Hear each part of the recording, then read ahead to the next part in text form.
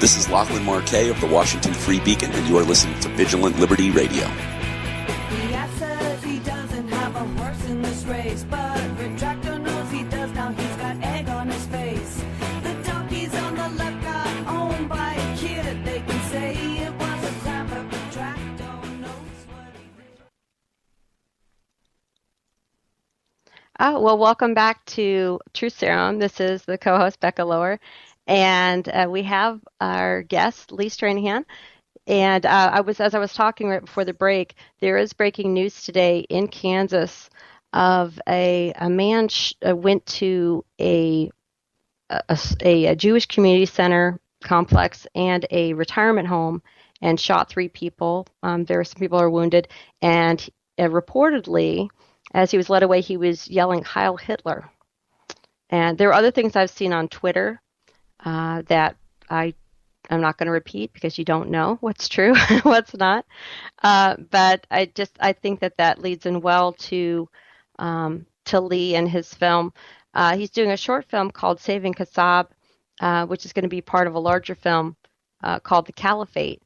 And we'll talk some about that. But Lee, welcome to Vigilant Liberty Radio and to Truth Serum. Hey, thanks for having me. Appreciate it. No problem. Just to let people know, just really briefly, your film, The Caliphate, there's a lot to it. It not only is about the persecution of Christians in the Middle East, but also is about, just a way to put it is the way that our own government is complicit in Al-Qaeda, destroying villages there and persecuting Christians. And also, you're also looking into what actually happened at Benghazi, too. Well, yeah, you can't. It's almost like there's a news blackout in this country on it. When I listen to international news sources like the BBC or Deutsche Welle in Germany, they seem to be covering what's going on in Syria a lot more than we are in the United States. And I think that part of that is that the refugee crisis that's happening, which is one of the largest refugee crises in history. Right now, let's put some numbers on it. Right now in Lebanon, for instance, small Middle Eastern country, 1 out of every 5 people in the country is a Syrian refugee. I'll say that again. 1 out of every 5 people is a Syrian refugee, 20% of the population. It just reached like 1 million people just very recently, didn't it? And it did, but that's only the official UN number. That's the number of, because when I was in Lebanon back in September, I interviewed people from the UNHCR, and those are only the people who register with the UN has passed 1 million. But there's a lot of people who don't register with the UN, because you don't need to register with the UN. You only register with the UN if you want assistance. But most of the Christians have not registered with the UN. Most of the Christians have gone into Lebanon and found work, or are staying with people and that kind of thing. And they're not going the UN route. So there's really actually a lot more than 1 million.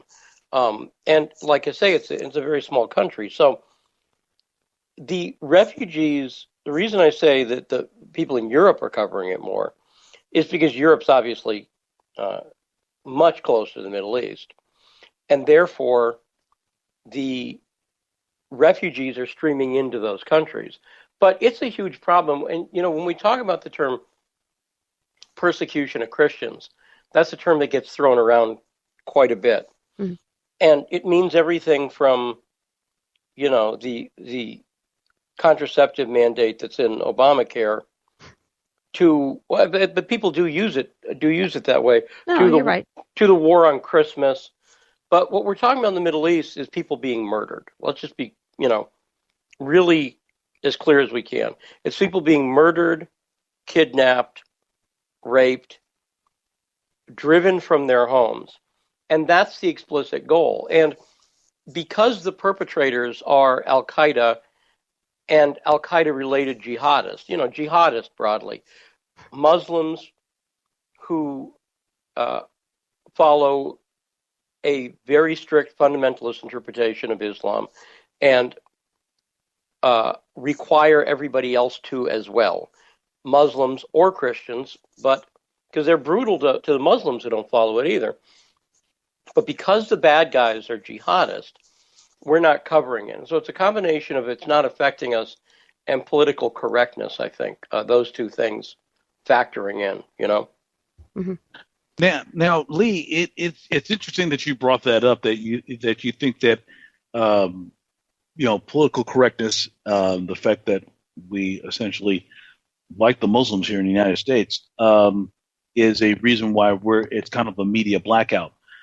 Given the story, and I don't know if you have even followed it to a certain degree, of what has transpired over the last week concerning Clive Bundy and the BLM, would it be safe to say that in places where people's rights, whether they're constitutional or human rights, that are suspended or just absolutely revoked, would it be safe to say that religious persecution would soon follow?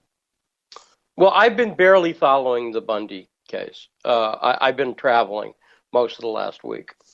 But that being said, though, let me respond to the question broadly. I would reverse it, actually. I think that when you attack people's religious liberty, okay, that then the rest of the liberties are quickly going to follow. I think that there's in other words, would put the religious liberties as, in a sense, more fundamental, because it's a broadly speaking, it's a form of collectivism. Yes. We've seen this if you look at the big body counts that have been piled up in human history through tyrannical governments, the forced atheist regimes such as the Soviet Union, China, they're big on that list. They're the top of that list, actually. Sure. And I don't think it's an accident. I don't think it's an accident. I think when you completely remove spirituality from the equation, what you get is what we've seen over and over and over again. And I'm not talking about individual atheists. Everybody knows people who don't believe in God or whatever, and they're not all running around killing people or anything like that. But when it comes to the big numbers, when it comes to how societies operate, the evidence is in and it's clear. And it's also true about Islam. What I say to people is, and again, this is nothing against individual Muslims. When I was in the Middle East, I met any number of great Muslims, wonderful people. Sure. Very, very in reality, much more in reality about it than the average American liberal, by the way. And they don't suffer from political correctness. They're Muslim, but they're willing to say, these guys, a cab driver said to me about Al Qaeda, he said, these guys are too Muslim. That was his quote. And they don't, like you say, they don't have the luxury that elite liberals, do of doing that. But what I say to people is like, look at the freedom, because people in this country try to reduce it to, oh, well, you're Islamophobic, you hate. I don't. First off, I'm a Christian. I don't hate anybody. Broadly, in a broad sense, I don't hate anybody. And in a more specific sense, I absolutely don't hate individual Muslims. However, it is insane to not look at the big numbers. The evidence is in. The countries that are most free are Christian countries. The countries that are most unfree, where women have less rights. If you want to talk about gay rights, okay, let's talk about that.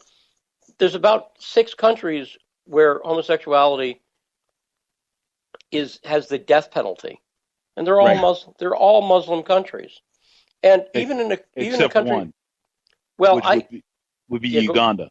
I don't think even with the laws that they just passed there, I don't think was the death penalty on it, or was it harsher? No, okay. The death penalty. So my understanding that the death penalty it was something that they had since 2009.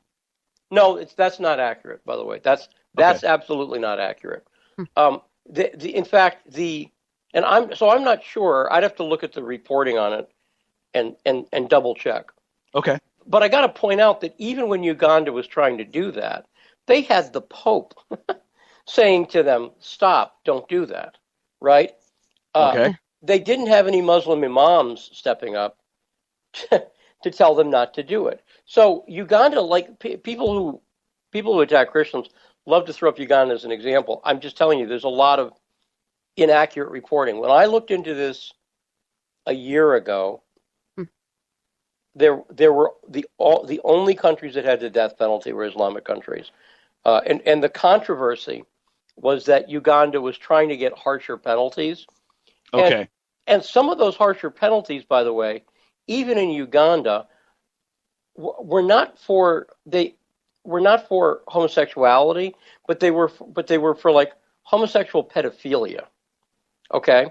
Okay. So let's just be clear on that. Like I say, people like to throw that up, but we know where the countries are where just being gay, Right. just being gay will get you killed, or being a woman and going out without your hijab on will get you stoned to death, or where there are honor killings. We know where those countries are by and large, and like I say, it's not even controversial within the Muslim world that happens. There's not the equivalent of the Pope or a bishop or anybody really protesting it. There's a few liberals. So I think the religious issue is actually, like I say, more fundamental.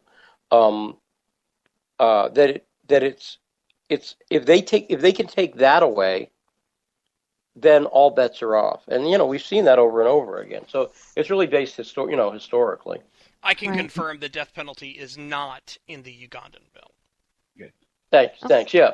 Like I say, but I understand, Gerald, why you think that, because the left really loves to push that.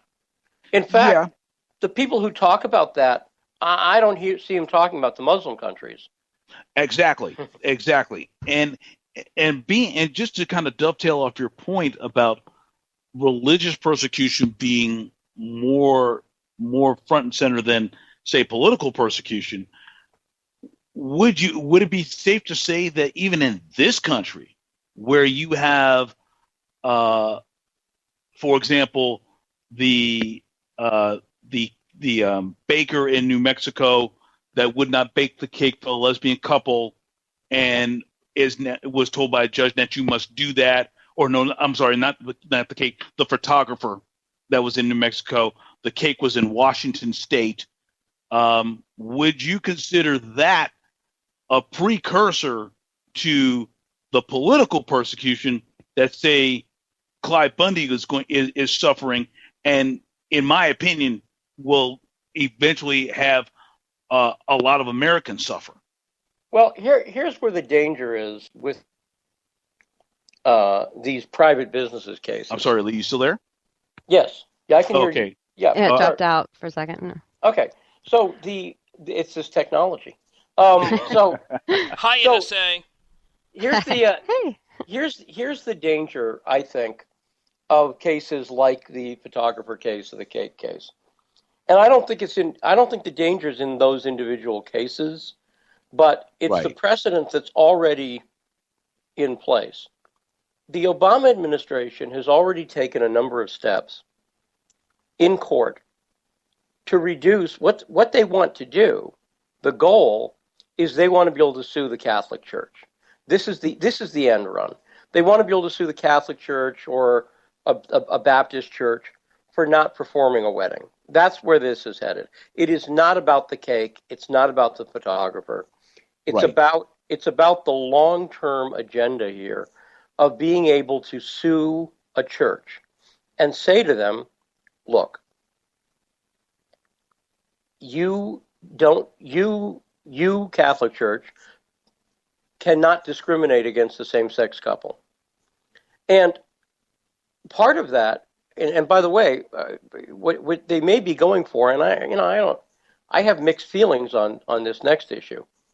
Part of what they may be going for is just the goal of taking away tax-exempt status for religion. I've heard people argue, and again, I'm not sure a religious organization being tax exempt may or may not make sense to me. In other words, I don't know. Like I said, I mean, to me, I don't necessarily see. I can see both sides of that argument. However, and by the way, this is where a lot of these arguments are headed, because what they're going to say ultimately is, look, you have a tax exempt status, therefore you can't. Therefore, since you're being given this privilege, what they're going to do is they're going to frame it as the government granting them a privilege, like we're giving you this privilege of, and you can actually see that parallel in the Bundy case right now. It's in that case, a little bit I know about it. It's part of it is just the massive amount of federally held public lands in the West that are all under federal control. So what they do is, if they can reverse the situation, so your rights aren't inalienable, but your rights are granted by the state. Exactly. Okay? If they can do that, then there's a lot that they can get away with. So I can see both sides in the case of taxation on churches. Like I said, I mean, to me, it's not out of the realm of possibility churches should pay some taxes or whatever. However, I'm also not in favor of increasing the government's ability to tax anybody right now. In other words, in a rational government, you could make the case to me that churches should be taxed like any other business or nonprofit, or you know what I'm saying, like that they don't necessarily fit in a special category, because we already have cases where people say, "Oh, I'm a church." I'm thinking of Scientology here.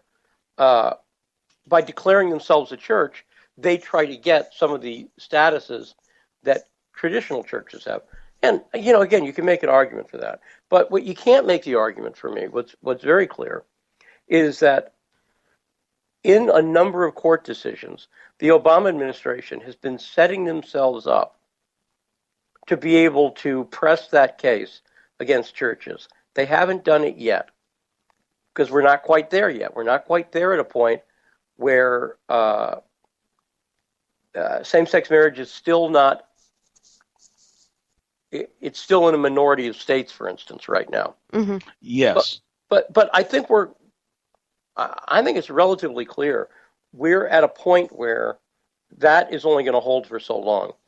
We're at a point within 10 years, let's say, it's pretty clear to me that the majority of states are going to have same-sex marriage.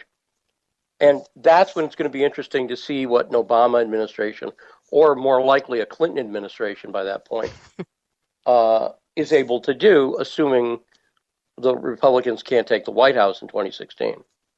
If they can, it'll stave it off for a few years. Well, it's just one of those things that, and just to make this point, and then we can jump back into your movie.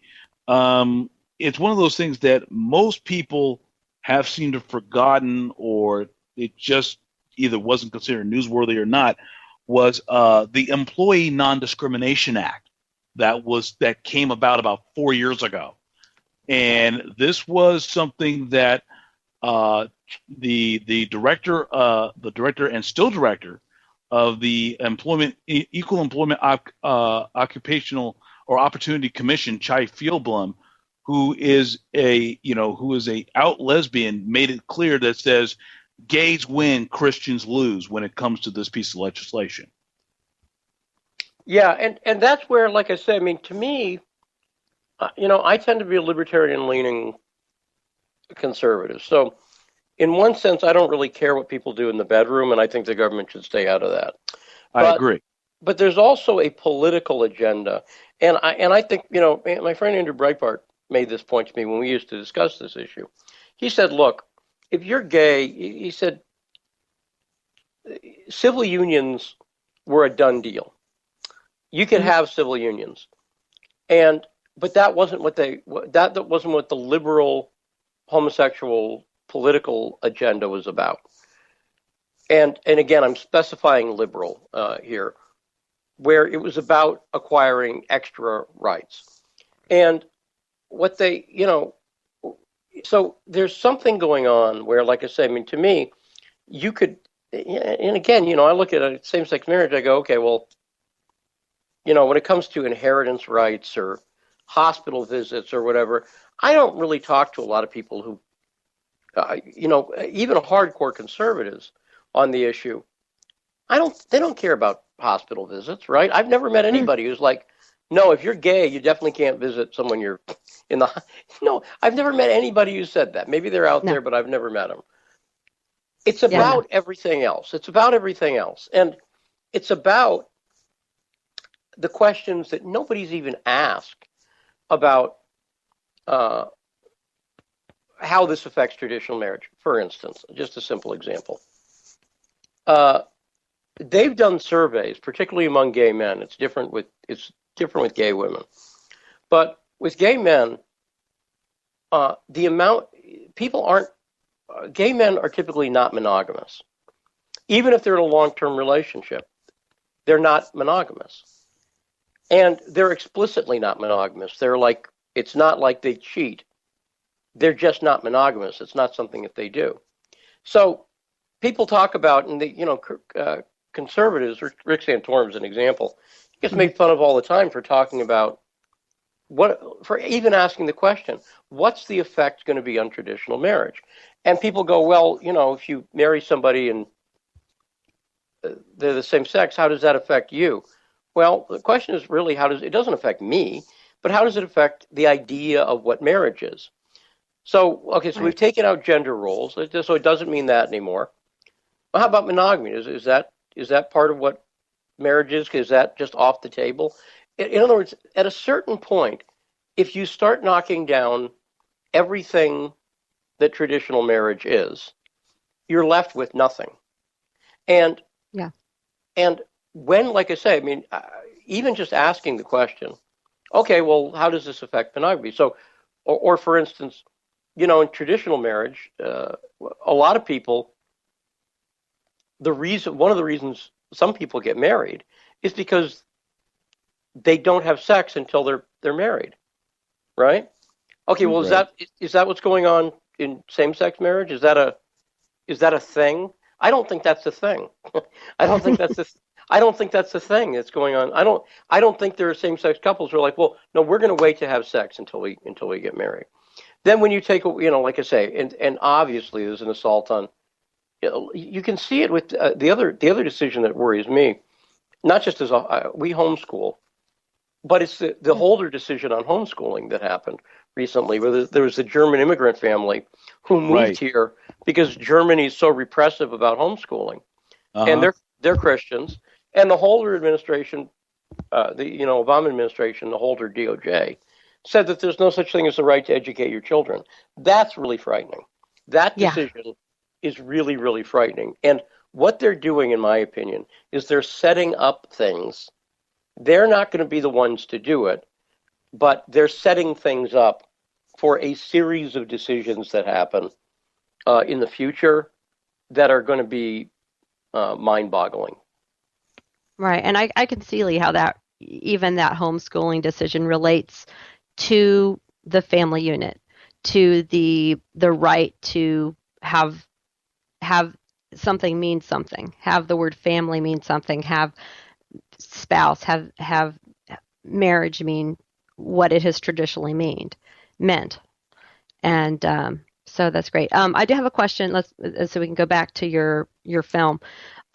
What did you hear from people when you went to Lebanon? Because you went in September and October, parts of September and October last year, to be able to see the refugees. Obviously, it wasn't safe for journalists to go to Syria, but there are a lot, as you mentioned, a lot of the refugees that were there in Lebanon and Beirut, Lebanon. What did the religious community, I know that you spoke to different leaders there, say about what the U.S. role is in Syria and the real threat that Christians are under over there? Well, first off, everybody over there is aware of the threat to Christianity. And I spoke to people from the head of the Iraqi Catholic Church, Louis Sacco, who's the Patriarch of Babylon, to an archbishop who's Syrian in the Maronite Catholic Church in Lebanon, And I've read stuff that even, for instance, a prince in Jordan, a Muslim prince in Jordan, held a conference on the threat to Christianity in the Middle East. By the way, got no press here. But I'm going to say that again. A Muslim prince from Jordan held a conference on the threat to Christianity, where he said very clearly, it's not just Christians who are under threat there, it's Christianity. And everybody there is keenly aware of the threat to Christianity as a whole, where the Al-Qaeda aligned jihadist groups, al-Nusra, ISIS, are literally trying to remove Christianity from Syria and from the Middle East in general. They're trying to push all of the Christians into Lebanon, if they can do that, because they want to create a powder keg in Lebanon. And when I say that, when the Syrian revolution started, the Arab Spring for Syria started, the next day they were saying, Christians to Lebanon, Jews to the grave. That's what they were chanting. This was on day 2. So they said exactly what they wanted to do. The Muslim Brotherhood in Syria was saying they want to move Christians to Lebanon. That's what they've done. And Jews to the grave, that's just how they talk. I mean, they mean it, but it wasn't like Syria was full of Jews or anything like that. So that was more just hyped up crazy rhetoric. But it's but the Christians to Lebanon, that's exactly what they've done. And again, I've been working on this project about 6 months now. It's been incredibly frustrating. We have this film, Saving Kassab. We put it up about 10 days ago, right after Kim Kardashian had come out and talked about Kassab. Kassab is a town in Syria. Armenian Christians, once again, as they've done before, in city after city and village after village, the jihadists come in and they clear out the Christians. So Kim Kardashian tweeted about it to her, 11 million, 3 million, whatever it is, gigantic number of followers. So I'm like, okay, here we go. Finally, someone who the American media seems to pay attention to, not judging, just saying, is talking about this issue. And they completely ignored it again. So we've raised, you can go up and see it, at Saving Kassab right now, we've raised about $300 to cover this issue. Now, I got to say, the Bundy thing, to me, it's another example of what I do see. Whatever's going on there, Christianity is not at risk there. People aren't being murdered and raped and kidnapped there. And it's the same way with the plane that was lost, the 370. Obviously, huge tragedy, a couple hundred people lost. It's very bad. But it's not Christianity being pushed off where the birthplace of Christianity is. Let's go over that, too. There's a reason they're trying to get rid of it in the Middle East. This is not trying to get rid of Christianity in South Dakota.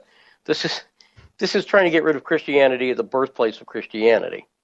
Okay? Syria, if you read the Bible, it comes up a few times. And so it is not accidental that they're trying to push Christianity off the map. And what I see is an American public that is, by and large, hooked on whatever the latest shiny thing is. And it varies. It goes on. In the meantime, since I left Lebanon in September, there have been at least 4 suicide bombings in Beirut, in the city of Beirut alone.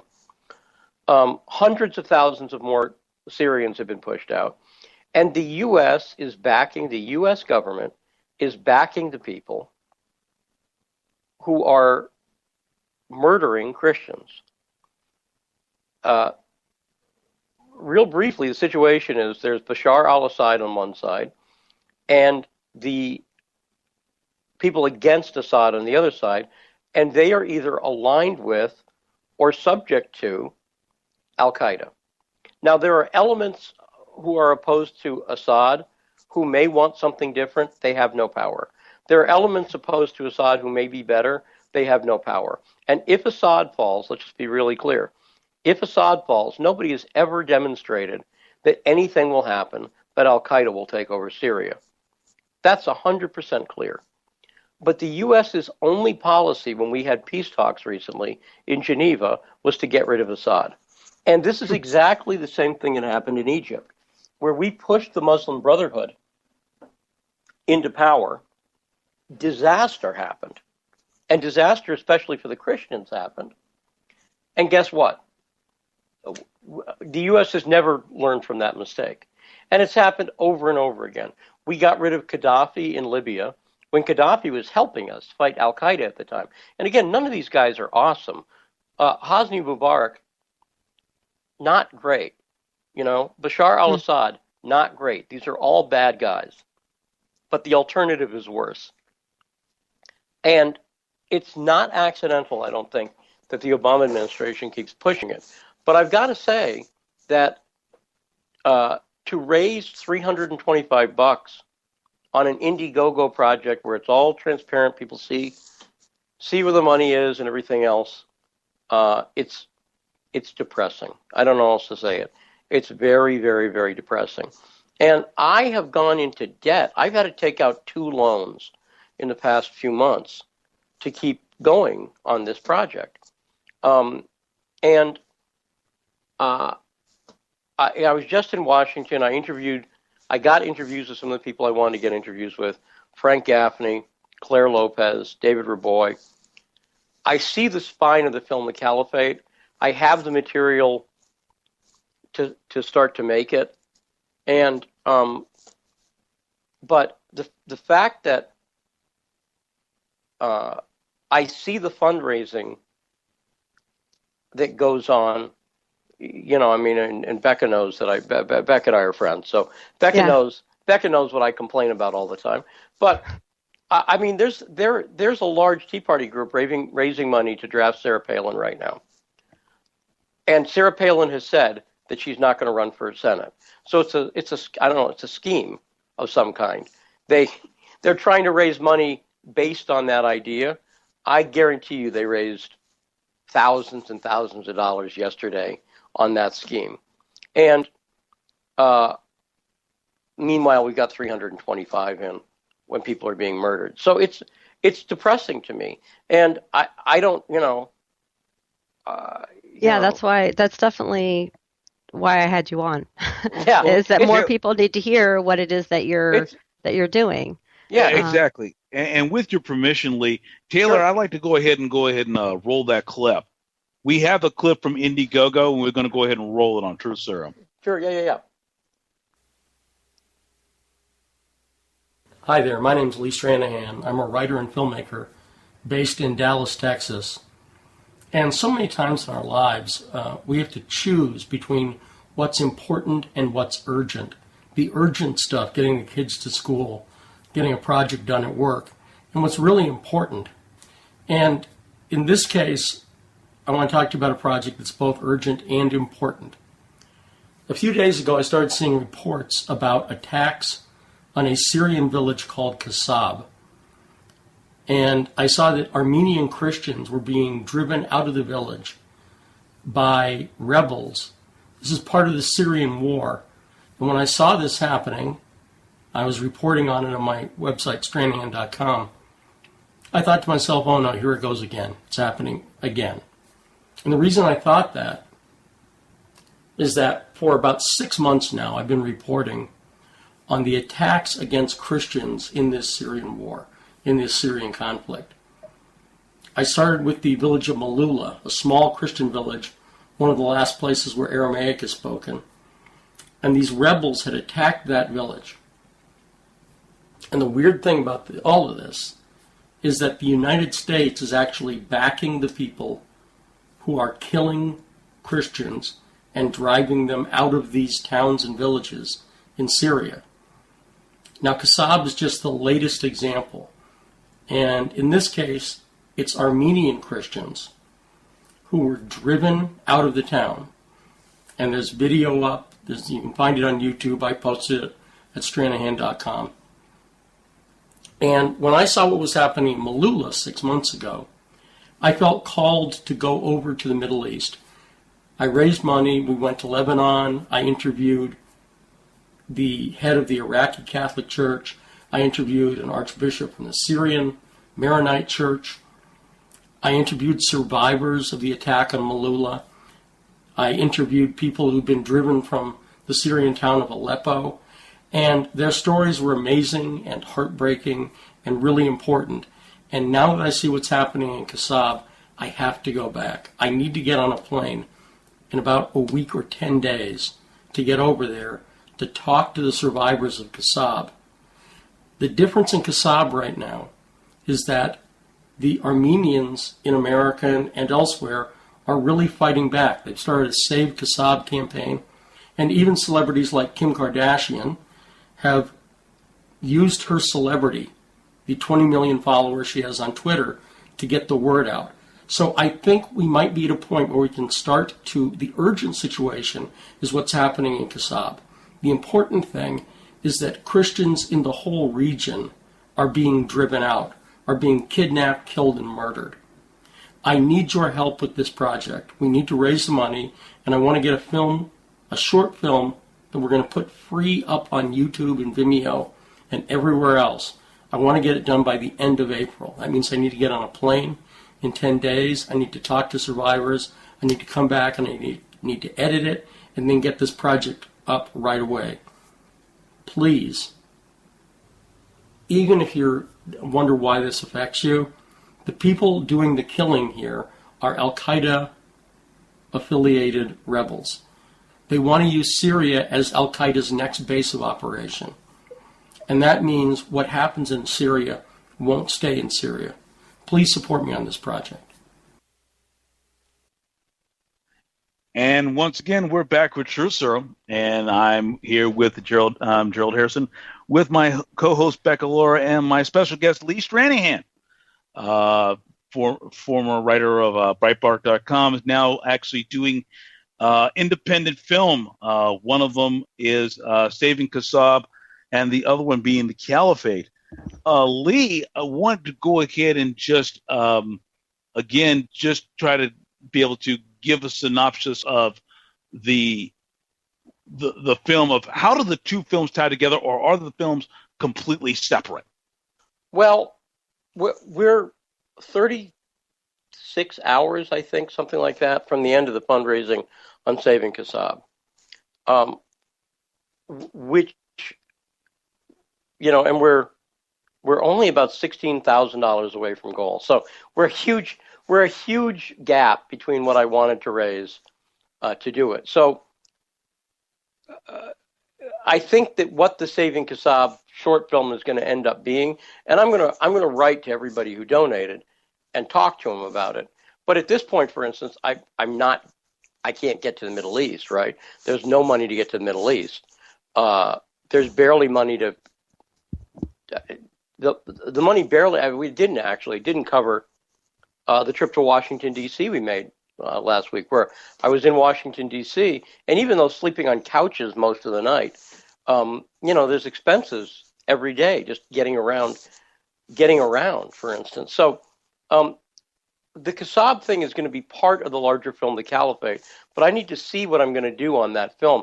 If we'd raised even $5,000, let's say, that would be enough for me at least to have gotten over there just by myself, but gotten over there and started to shoot something.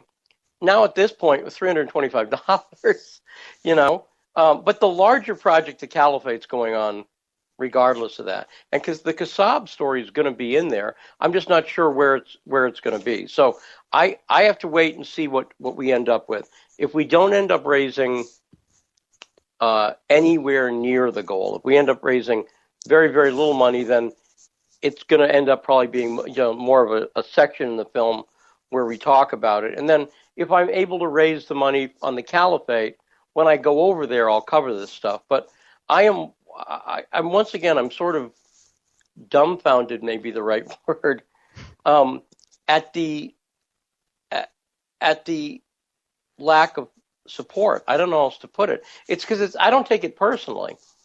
I've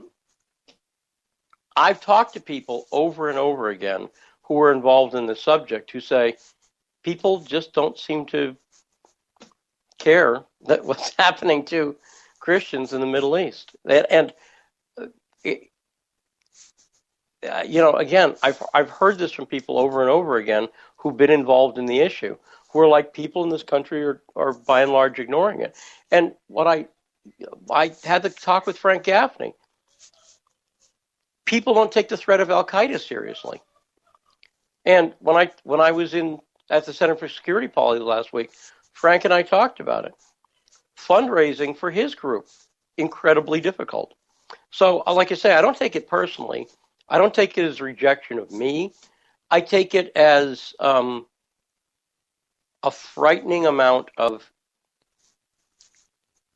willful ignorance on the part of Americans on this issue. And I think it's unfortunately going to take another 9/11, something else, some other big terrorist act, and then people will start to pay attention to it again. Then they're going to go, gee, what happened? Why weren't we protected? Well, you weren't protected because you weren't protecting yourself. And I understand that people get busy, and I understand that people only have a finite amount of things that they can do something about. But this is something that we can do something about. And I say that, and I believe it. Most Americans are not aware of what the U.S. policy on Syria is, who the players are, and what it means. And so my whole idea, and I think I've done Becca's seen some of the clips that we've got. I did an interview with Claire Lopez from the Center for Security Policy last week. And the people who've donated, I showed them a sneak peek of just the raw interview footage. I'm doing a film for a general audience. You don't have to be a Christian or a conservative to watch the film. Right, especially you're right. Especially the Lopez clip. She does a great deal of just, like you said, general audience. A general audience would. She gets you up to speed, as to what. As to the subject that she's talking about. I thought that was that's why I was most impressed, even though the David Reboy one was great too.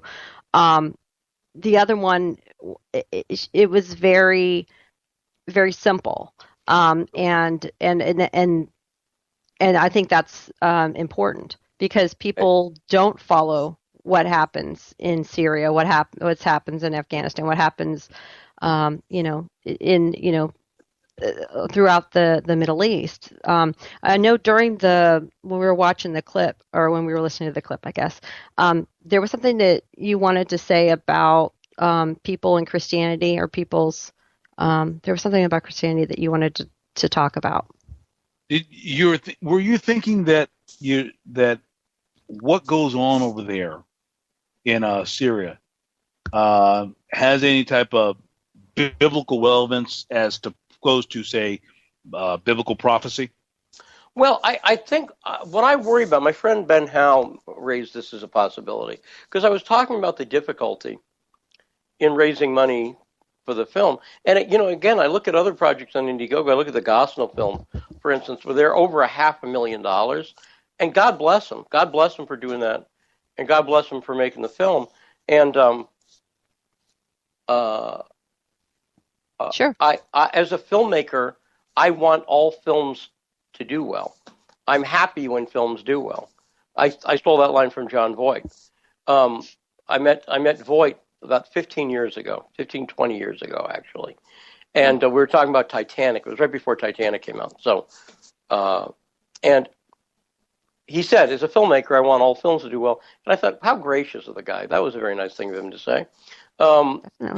And so I've stolen that line from Voight. So, but it's true. But it's true. That magnanimity towards other films, I have that. I want movies to do well, and I especially want conservative movies to do well. That being said, it's amazing to me that they can raise $500,000 on that. And we've had a difficult time raising. We've raised way under 10. We've raised. I mean, I have to look at the numbers, but we've probably raised, I don't know, 2,000 or 3,000 in the past 4 months, and total. Right. And it's insane because, like I say, this is not as important as I think the gospel thing is in a lot of ways, and I think it will have an impact on that. We're talking about an active situation here where every, gospel at least has been put away. Sure. Every week right now, people are dying in the Middle East. This is not a historical film. This is a active live project. And I was talking to Ben Howe about it, and he thinks that some people who are Christians may feel like, oh, well, what's going on in the Middle East is part of prophecy or whatever, so they're kind of okay with it. And I asked people on Twitter, I'm like, does anyone think that's true? And a few people were like, well, yeah, it could be. And I just think that that's a huge mistake. I mean, for one thing, that's for God to figure out. It's not for you to figure out. In other words, are we at end times or whatever? You know what? People have thought that for a long time. And so far, everyone's been wrong. And so while I think that and they didn't think it randomly, they thought it because they saw things. I think you have to act as though you're not, until people start floating, until the rapture comes, act like the rapture's not here. You have to act like, you know what, this is a bad thing and we should do something to stop it. You can appreciate the martyrdom these people are going through, but we should try to stop the martyrdom. And I said recently, people look back at the Holocaust and go, well, gee, how did that happen? And I'm kind of seeing a little bit of how it happened, which is people just aren't paying attention to it. And as I say, when I was in the Middle East, this is not me catching a problem that nobody else is seeing. They're aware of this in the Middle East. The Pope has talked about it. Some religious leaders in America have talked about it. Rand Paul has spoken about it at the Value Voters Conference. But you know what? It's not, but he's talked a lot more about the NSA. A lot more. And I don't know or understand what makes a story catch on and be sexy. In other words, I don't know why a Trayvon Martin story takes over our national consciousness, or the Bundy story takes over, or Lacey Peterson, or Kim Kardashian, or anything else. I don't know. What I do know is the stuff that's important, and this is one of those things. And so, like I say, it's been. Becca knows. I am constantly honest. so almost brutally, yeah, brutally and painfully honest. Almost brutally and painfully honest. But I really do appreciate that. And to even, you're saying you don't know, and I'm not sure if that's just rhetorical or not. But my suggestion to that is that I think the reason why it's the story is not, quote, sexy is because no one understands or no one values religious freedom. Well, I think it's, and I really think it's, and when I say no one, I'm speaking of those in the American church. I'm not speaking of those worldwide. I'm speaking strictly those in the United States. Those people, those pastors, and not all of them, but a significant number of them would go out here and not really value what's going on because they look at it as, well, that's over there versus I'm over here and the twain shall never meet. Well, what's interesting to me about that, though, is the over there. I said this before, but I just want to hammer it home. The over there we're talking about is the Holy Land. In other words, the most repressive country for Christians on earth is North Korea. Okay? Absolutely. North Korea is awful. That being said, it's not the Holy Land. In other words, Jesus wasn't walking around, Pyongyang. Pyongyang, right? Yeah, I got it. Right. And so what's happening in North Korea deserves people's attention. It deserves people's focus. It deserves people's money. However, it's not historic. If they can push Christianity out of the Holy Land, there's no other word than it's historic. It's history making, and not in a good way. And so, while I get, like I say, I get that. I also,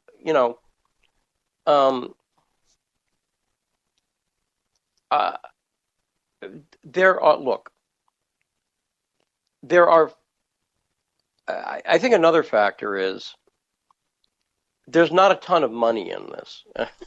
There just isn't. There's not a big profit margin in this, and so the people who are able to push stories, right? Why? Well, so why did the Lacey Peterson? Let's take that, the Lacey Peterson murder.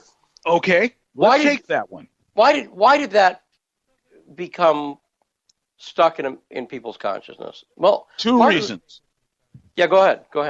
Two reasons. First reason is Lacey Peterson was photogenic. Sure, yeah. That's the first reason. Because let's face it, sex sells a paper. Yeah. Bottom line. The second reason is not only she was photogenic, she was murdered heinously, and she was pregnant. So you have not only the sexy part of the story, you also have the heinous murder of a pregnant woman, which is a human interest story just right off the top. But here's the wild part thing about Lacey Peterson that has really just kind of floored me, and nobody caught on through the mainstream media, and that is this. How is it that somebody like Lacey Peterson, who gets brutally murdered, tragic story, but how does she get brutally murdered? And then not only does Scott Peterson get convicted on a double murder. Yeah. But they also knew the child's name in the media, the unborn child's name in the media. Scott Peterson gets convicted on a double murder, and we still claim that what's inside of a woman is not even human. How does that work? Well, that was a really interesting thing about that story. But I got to say that even with everything you mentioned, I can point out other cases that happen where there are murders and everything else. I think part of what it is that mass advertising works. In other words, if you push a story, you could grab one out of the headlines anywhere that's not a well-known story right now. And if you push that story on CNN night after night after night, it's going to become a big story. Now, so it's a chicken or egg thing. And yeah. I think that the people who, it's funny you raise the topic you raised, because I've been really thinking and praying on this for the past week. And it's a little early to say, but I'm really pondering it. I may be done with nonfiction. I may be done with it, because I'm starting to realize that the stories I want to tell and that the subject I'm interested in, I may be able to be more honest about them by writing fiction. I may be able to cover them in a better way through writing fiction about them. And so, for instance, I have an idea going around my head that would make a great novel. It would make a good thriller. And it allows me to talk about campaign finance issues. But it's got the elements that you need for a successful thriller novel. It's got violence, it's got sex, it's got and again, I'm just talking about the way you would see in any best-selling book. I'm not talking about anything more heinous or weird or explicit than anything there. But it allows me to talk about some of the wider issues, including some of the Christian issues that I'm interested in the subject. Let me ask this real quick. How has just what you were saying made me think of something. How has the prevalence of YouTube and the ability of people to pretty much make their own television shows, their own television series viral, affected what you do, affected making documentaries and nonfiction to this point? Well, I mean, one of the ways is that it used to be that you'd make a documentary and then you'd have to figure out distribution, right? Right. Well, because I'm trying to crowdfund the documentaries, I have a distribution channel. In other words, if I could raise some, like I say, on this project, on the Crisis for Christians in the Middle East, Al-Qaeda project, right? If I could raise the money, which again, the total budget in the Caliphate, I think I'm trying to raise right now I think we're down to about $50,000, okay, which is in the scheme. You can see that with the Gosnell film. They're trying to raise $2 million for the film. We're trying, I say this all the time, 50,000 is nothing for filmmaking.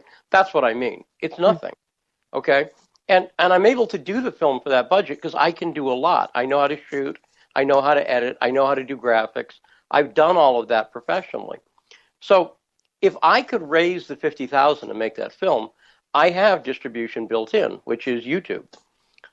There's nothing keeping me from putting the entire film up on YouTube. And if it were up on YouTube, it would have accessibility to everybody basically in the world instantly for free. So it used to be the trick was distribution. Like how do I get the film so people can see that? Well, that problem is solved. I don't even care about selling the film into, like for instance, if we could sell the film into net, if we got the budget and could do the film, I'd like to have the film go out in theaters a little bit. And we could four-wall theaters, which means you rent the whole theater and then people show up, right? So why do you do that? Why do you do a theatrical distribution? I will let you in on a secret of film marketing. Okay.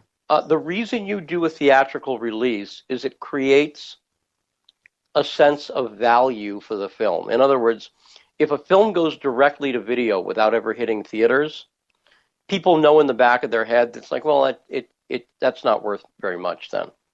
But that makes sense. No, it makes sense to me. So psychologically, this is what they tell you, by the way, when you study film distribution, which I've done.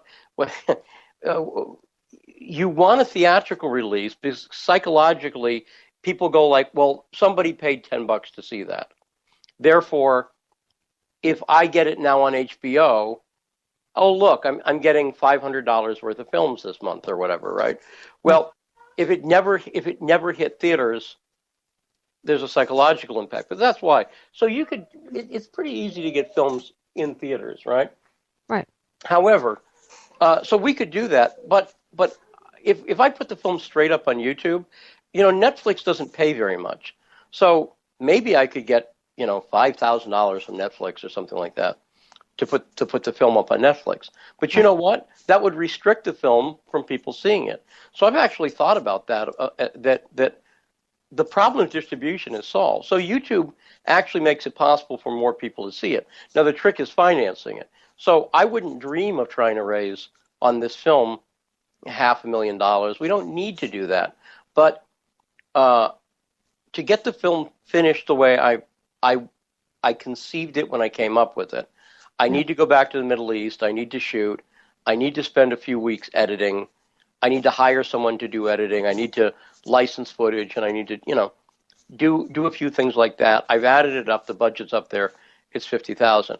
Again, what do you do if we don't reach that goal? And what you do is you fall back and you go, okay, what can I do? What can I do with what I have? And we could be, I don't know. I mean, I'm not done trying to raise money on the film, and I'm not done trying to raise money from a variety of sources. In other words, is there a possibility of getting a grant? Maybe. I don't know. I'm working on that. But even just a big donor coming in, somebody who can write a $10,000, $20,000 check, would completely change where we are in the film. Not that, and we like the $5 donations too. A person, some people giving $5 means more than some people writing a $10,000 check, because if you're really broke and you give $5, I appreciate that. And if you're a gazillionaire and you give 10,000, you didn't feel it as much as the person who gave $5 did. So every donation counts, but it's like I say, it's difficult. It really has gotten to a point where I'm trying to figure out what the next move ahead is, because the options are narrowing on what I can do at this point. But the interviews we got last week in DC are so great. And you mentioned the Claire Lopez thing and how clear it is. If I can take some credit for that, that was like take 5. Because, and Claire was great, and she knows the material. But I know exactly what I wanted to get. And so I would say, okay, that was great. Can you now explain who the Muslim Brotherhood is? So I get it all in one thing. Now, I've got over an hour of Claire. So what you're seeing in that one clip is sort of like the beginning of the film. It's going to be cut up and edited with other stuff. But the reason she was so clear is because I told her, I said, this is pretend you're explaining to somebody who doesn't know anything. They don't know who the Muslim Brotherhood is. They don't know anything. And then she just hit it out of the park. But it was me setting her up with that, saying, like, look, this is what the goal. You wanted, yeah. Yeah, this is the goal. This is what we want. And then, like I say, she hit it out of the park. So, as a director, you're kind of a coach in a sense. You're not hitting the ball. I'm not on camera, but I can make sure she's successful for what I'm trying to do. You're pitching the ball for. That's right. Right, for her to hit. I had another question, and I know we're going to possibly wrap up shortly, but I know another aspect to the Caliphate film is Benghazi and Hillary Clinton. If you can go into some of your research on that. Well, you can't talk about the situation that's happening in Syria without talking about the Obama and the Clinton administration's involvement in what's happened. And Benghazi directly relates to Syria because part of what was going on there was the U.S. was using Libya and Benghazi, the city of Benghazi, the port city of Benghazi, as a way to get arms to the Syrian rebels that we were supporting. Does that make sense? Yeah. So the CIA was involved there. All over the place. And the Obama administration and the Clinton State Department was heavily involved in that. So you literally, Benghazi, because, see what was happening in Benghazi, right? So we talk about the CIA annex that was attacked. We know that the mission was attacked. That's where Stevens was killed and where Sean Smith was killed. Glenn Doherty and Ty Woods were killed on the roof by mortar fire of the CIA annex, right? Except the CIA annex was not really the annex. The annex implies that it's like an extra thing, like the main thing was the mission. That's not what was happening. The main thing that was going on in Benghazi was this CIA operation that had to do with getting up weapons and getting them into Syria. So Claire Lopez, I have her talking extensively about how Chris Stevens was one of the go-betweens to make that weapons trade happen. And Claire talks about it extensively. Now, the other thing that's happened in Benghazi, and again, so we know what there's two narratives. There's the Democrat narrative, which is don't talk about it. What difference does it make now? Yeah. That's their narrative. The Republican narrative is about blaming the video was wrong and blah, blah, blah. Well, I've extensively researched it. There's not a question in the world that the video, The Innocence of Muslims, was a factor in that attack. Now, I think that other things were a factor in that attack, too. And I think part of the problem that people have when they look at Benghazi is they're getting these two false narratives, the Democrat false narrative and, frankly, the Republican false narrative. And they can't look at it. You have to look at, there were two attacks that night in Benghazi that in my opinion, are distinct. There was the attack on the mission where a bunch of people showed up with rifles and RPGs, and it was chaos. Then there was the attack later on the CIA annex, but where it's really distinct is where the mortars hit. That mortar fire was directed mortar fire that it was not random. That was what makes you say that it's not randomly? Well, a couple reasons. Number one, there are newspaper reports of a Libyan commander who was there when the mortar fire attack happened, and he says it's not random. So I could show you that from September 12th in the papers overseas, where this guy's quoted saying that. He said, these were very direct hits. I also spoke to people in Washington last week who confirmed two things for me. I've not talked about this yet. Number one, a stand-down order was definitely given. Okay. Wow. And I have this from somebody who has it firsthand, off the record, that a stand-down order was definitely given. So I don't want to reveal what the source is, but so I don't want to say much more. But it's as confirmed as I've ever heard it from somebody who's in a position to know. So that's A. B, that they also said, this is somebody who was there, that the mortar hit. I've never shot a mortar. But the way it works is there's kind of two ways you can do it. You can fire your mortar and it lands somewhere, and then someone tells you, okay, it hit here. You want to go, you want to bring it in 200 yards to the north, 500 yards to the west. Right. So then you fire again, and they try it again, right? Right. That's one way to do it. You fire, you look where the shot landed, you recalibrate, you fire again. But the other way to do it is you pre-survey, okay? You know the exact position that you want to hit. And you usually don't do that at night, and it takes a while to do that. Those mortar hits hit the target directly. There was not like a whole bunch of mortar hits and then it eventually got there. So that's one of the reasons people say that, is those mortar hits were very, very, very directed. And I think that indicates that there's two different attacks. In other words, no one talks about this, but I don't think that the same guys who attacked with the rifles and RPGs then went back to their mortars, right? In other words, I don't think it's Ali Smith or whatever, and then he puts down his rifle, goes back. Okay, now hey guys, I'm going to go back to the mortar. No, that didn't happen. It was two distinct groups of human beings, right? Absolutely. And therefore, I think it could be two distinct groups of command and control with two distinct motives. Okay, the attack that happened on the mission, there's no doubt in my mind that the video was a factor there, and we know this because the video actually, no one in the United States, very few people know this. The Innocence of Muslims video caused gigantic riots around the world, including Pakistan and Sydney, Australia, where there were gigantic. 22 people were killed in Pakistan, but none of them were Americans, so we don't talk about that.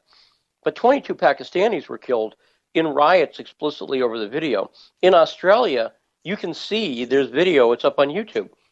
They fought with police. There were gigantic violent riots about this.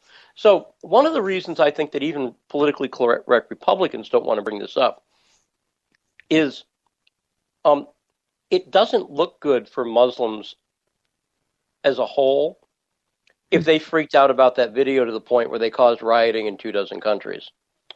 But they did. They did. It makes it seem like a lot of Muslims are on a hair trigger and are willing to go on violent rampages where people die over a stupid video. So, but that's clearly the case, and I think it's also clearly the case. And when I say clearly the case in Benghazi, there's video. Fox doesn't show it, but there's video of a guy screaming about as the mission's burning in the background on September 11th, 2012. A guy screaming about the video, and there you go. I mean, someone, occasionally people. I show that to people. And a lot of times people go, I've never seen that. Sometimes people go, well, how do we know he wasn't a plant? To which I just smack my head. Because I'd have to have some proof that he was a plant. And it's a fallacy post hoc where people, they get it in their head that the video was not the cause. Then they go back and they try to justify things that happened before to prove that it wasn't. But again, you can't think of anything in the Middle East as binary. You can't think of it as either or. There were 2 attacks in Benghazi. They were related, I think. I think it was probably ultimately Ansar al-Sharia behind both of them. But that doesn't mean that there weren't 2 attacks separated by hours, because there were.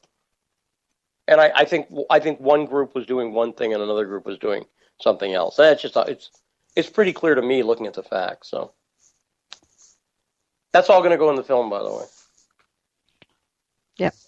Very interesting. Like I said, I kind of concur and agree with your findings concerning that there were 2 completely separate teams, because it doesn't make any sense to me how that could happen, especially when that structure took direct mortar fire. That's exactly right. Yeah. So the problem is that people I'm telling you, this film is not. Becca saw the footage of David Dubois. This film is not kind to John McCain. If you don't like Hillary Clinton, you will like this film, because it's not kind to Obama or Hillary either. I am brutally honest about Obama and Clinton's involvement in what's gone on. But I got to tell you, John McCain is not a good guy here, and he doesn't come off as a good guy. And look, Republicans and Democrats have a vested interest in not having the truth come out. They have a vested interest in allowing the bickering continue. I have no such interest. I don't care. I'm just trying to get to the facts of the story. And if someone presents me with something, if someone showed me a video of a guy screaming about Christopher Stevens, for instance, and saying, we're here to kidnap him, I wouldn't ignore that evidence at all. But I also can't ignore the evidence of a guy screaming about the video or the other things that I know that led up to the attack. So Right. I just don't have a dog in the hunt. I'm not trying to protect Republicans. I'm not trying to protect Democrats. I'm just trying to get to the truth. And what I've learned is that that's apparently a bad financial model. what I've learned is I think you make more money if you attack one side or the other. But it's not what I'm interested in doing. So exactly, and I agree with you that it's in America, and I can't speak for the rest of the world, but in America, it's always the it's always the us versus them paradigm in nearly anything that we do. And to me, that's kind of like saying, well, wait a minute, that doesn't make any sense. I mean, it's one of those things where, especially when you're dealing with politics, is it possible that both parties are at fault? Of course it is. Yeah. And Of course it we're gonna do that in the nonfiction film, but as I say, really, I'm very, very close to just announce that, just saying, like, you know what, I'm just gonna do it. I'm just gonna do this through fiction, because the thing is, I know a lot of things now. Here's the other issue that's happened. I know a lot of things in politics now that I can't talk about because I have them off the record. But Sure. if I write a novel and I leave it to then I stop answering questions about it. If I write a novel, I'll let people decide whether I made up that detail or whether I'm basing it on something that I know. And I've thought this for a while. I've thought this since the John Edwards story, actually, when I covered the John Edwards affair, that I'd rather do that as a fictional story because I know so much about it that it's just more interesting to me to tell it fictionally, even though I'd include a lot of truth. And I'm almost to the point, like I say, I'm almost to the point where I'm just like, you know what, that's what I'm going to do. I'm just going to, when I see the popularity of a show like House of Cards on Netflix, or like Scandal on ABC, or the Good Wife, or any of these shows that are sort of in the political arena, but they're fiction, I just go like, well, that's where Aaron Sorkin does okay with West Wing in the newsroom. I'm like, oh, I know more than Aaron Sorkin does. Like, he's a good writer. He's a good fiction writer. He knows what he's doing. A Few Good Men, Aaron Sorkin's A Few Good Men. Still, people quote that "you can't handle the truth" speech. That's right. The sign of a writer who's had some impact, right? I don't agree with his politics, but that's the beauty I have, is I don't have to agree. I don't agree with his politics. Therefore, if being the Aaron Sorkin of the right or something like that, I'm not interested in doing what a guy like Brad Thor does. He does something different, and I love what Brad does. We have writers on the right. Tom Clancy did a certain kind of thing. I'm not a military guy. I don't know that stuff. I didn't come from that background. Whatever. That's not. But I know the world of politics really, really well now, and I know the world of media really, really well now, and if I can tell just enough of the truth, I think I can tell a lot more truth by fictionalizing. I really do. And so that's what I'm pondering, because, see, I can't drop these issues. I care about the issues, but it becomes, as a writer and an artist, you try things, you experiment with things. And if the format of nonfiction isn't working, I'll just switch and go do something else. I still want to get the issues out, but maybe a perfect example. I know a bunch of stuff about Al Sharpton.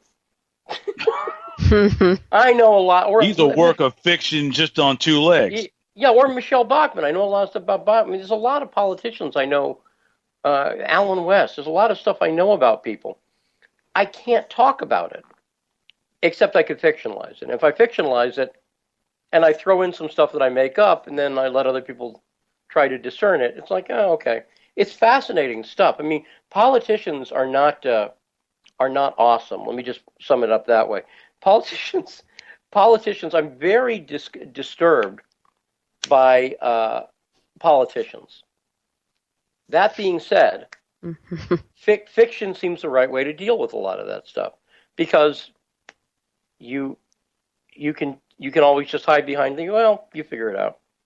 You figure out whether what I'm talking about there is true or not true. So also how they legislate. Anyway. Yeah, no, exactly. I really, like I say, I care about these issues so much that I don't feel like dropping politics, but I do feel like the game right now is so rigged in politics. It's so rigged that I don't know what to do about that. And I can't, if people aren't interested in telling a story one way, I'll tell it a different way. Penn Jillette from Penn and Teller had a thing. He talked about movies. This is an old thing he talked about. But he said, look, if you made a little indie film, and it was about how a guy, his wife had become more successful than he has, and he's having trouble dealing with that. He's a working class guy. His wife's become successful. They're divorcing, and then he has to go through something to sort of prove that his working class life has just as much value as her executive experience, okay? He said you could make that as an indie film and 8 people would go see it. It sounds very boring, right? But he said if you throw explosions in, it's Die Hard. What I just described, just described is Die Hard. That's the theme of Die Hard. Bruce Willis is a cop. His wife's the executive. They're split, right? That's what's going on. That's the theme going on in Die Hard. But when you have stuff blowing up, and you have Yippee-ki-yay, Mother Hubbard, and that kind of stuff, right? Yeah. So when you have that, it becomes a more commercially viable product to people, and you can still explore those things. So, well, I'm really glad. It's one of those things that I kind of agree with you, Lee, that unfortunately people can't really handle the truth, as Nicholson eloquently so put it. Yeah. So they would rather say, well, I'll pay $12.50 and be lied to, and that's why fiction writers make as much as they do. That being said, that's pretty much going to be all the time that we have for this edition of True Serum. Once again, my guest, Lee Stranahan, filmmaker extraordinaire, in the making of The Caliphate and Saving Kassab. Hopefully we'll be able to see it either on a computer or a theater near us. For Taylor Millard and Becca Lord, I'm Gerald Harrison, where this is Truth Serum, and the Doctor of Truth is always in.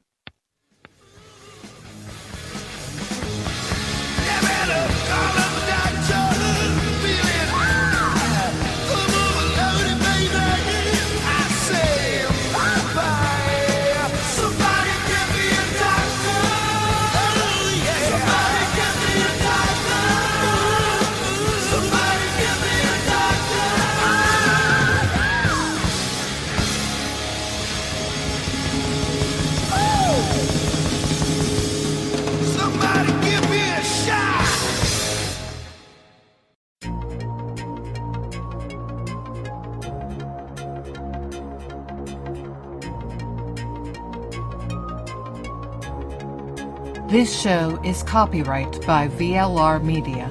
All opinions of panelists and guests are their own and may not reflect the opinion of VLR Media, the host, or anyone else.